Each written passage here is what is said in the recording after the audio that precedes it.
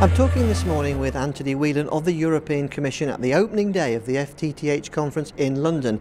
Anthony, you gave a talk this morning. Tell us some of the main highlights of what you had to say.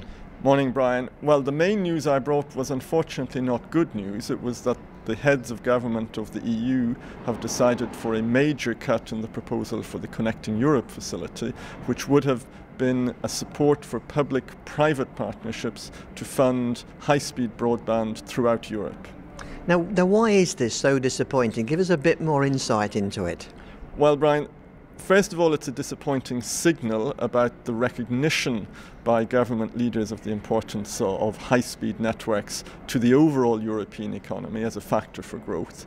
It's also disappointing because what we were putting forward was innovative financial instruments which are a great way of leveraging private finance into funding these infrastructure needs on a long-term basis. It's much more efficient than national grants or subsidies, and it would have been, as I said, a great form of public-private partnership for these networks.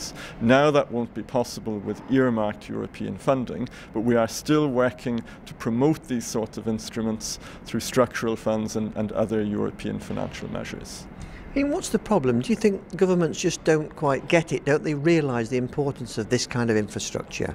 Well, I referred to innovative financial instruments, and things that are new are often difficult to sell in a hard-fought budgetary context. Governments are more used to funding traditional infrastructures like transport. They also have stronger lobbies. So we certainly have to take away from this that we need to keep making the political case that ICT accounts for 50% of productivity gains already in the European economy, and those gains will only be achieved with fit-for-purpose networks that can last into the future, meeting future needs.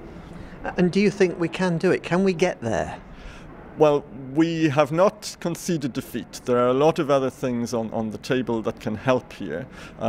Nelly Kroes is working on regulatory reforms that will make sure the price signals are right to support expensive long-term new investments. She is working on a legislative proposal to remove a number of unnecessary administrative obstacles in the member states to cheaper rollout, cheaper civil works, faster permitting, more infrastructure sharing with other utilities. And that won't be easy. We need political support for that, but we need to persuade the very top level of political leadership that this is vital for our economies.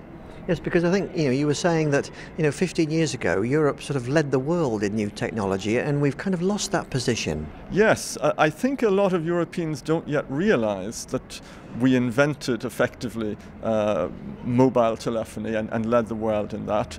We liberalised markets in a way that put us in a leadership position 10 to 15 years ago, and we have lost that. Other countries, other continents are forging ahead with much more high-speed fixed and wireless networks, which are all part of a single ecosystem. And we need our leaders to realise that we are slowly but surely slipping behind, and we need to regain the advantage. OK, well, let's hope we can get there, and thanks for sharing those views with us this morning. Thank you, Brian.